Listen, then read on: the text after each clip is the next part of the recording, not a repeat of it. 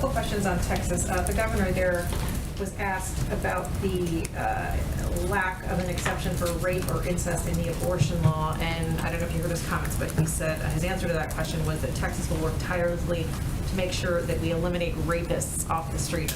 I'm just wondering if the White House has a response to that.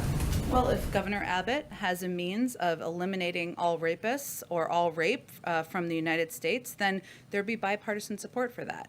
But given there has never in history of the country in the world been any leader who's ever been able to eliminate rapists from our streets, it's even more imperative. It's one of the many reasons, I should say, not the only reason, why women in Texas should have access to health care. So it does not change our objectives, does not change our commitment. The Department of Justice, the Attorney General announced a step on Monday.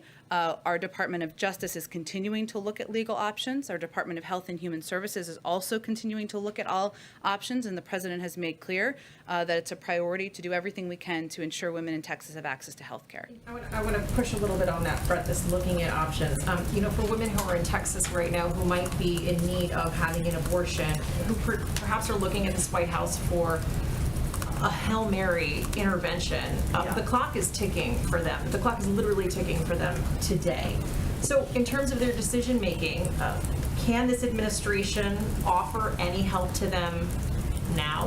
What would you tell these women who are looking to this White House to help them? Is help on the way? Well, we would tell them first that this law is a violation of your rights, and we are going to do everything we can to provide assistance as quickly as we can.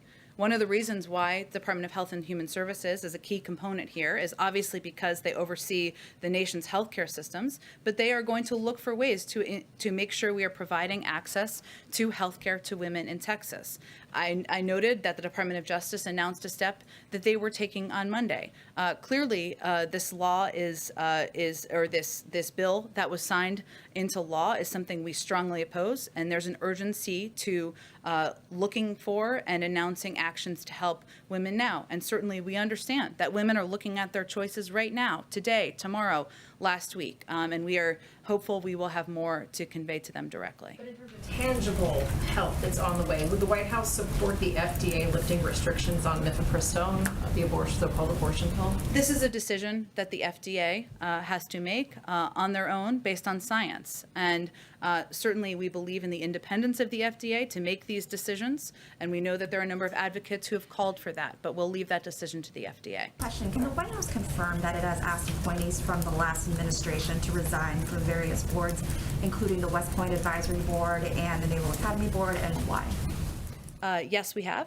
And the president's objective is what any president's objective was to ensure you have nominees and people serving on these boards who are qualified to serve on them and who are aligned with your values. And so, yes, that was an ask that was made. Is there any concern that because a lot of these appointees do go across administrations, that there is a risk of politicizing these non-traditional, non-controversial positions?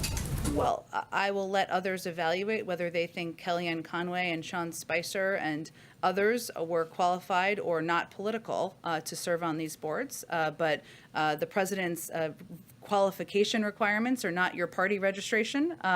They are whether you're qualified to serve and whether you're aligned with the values of this administration. Thanks, everyone.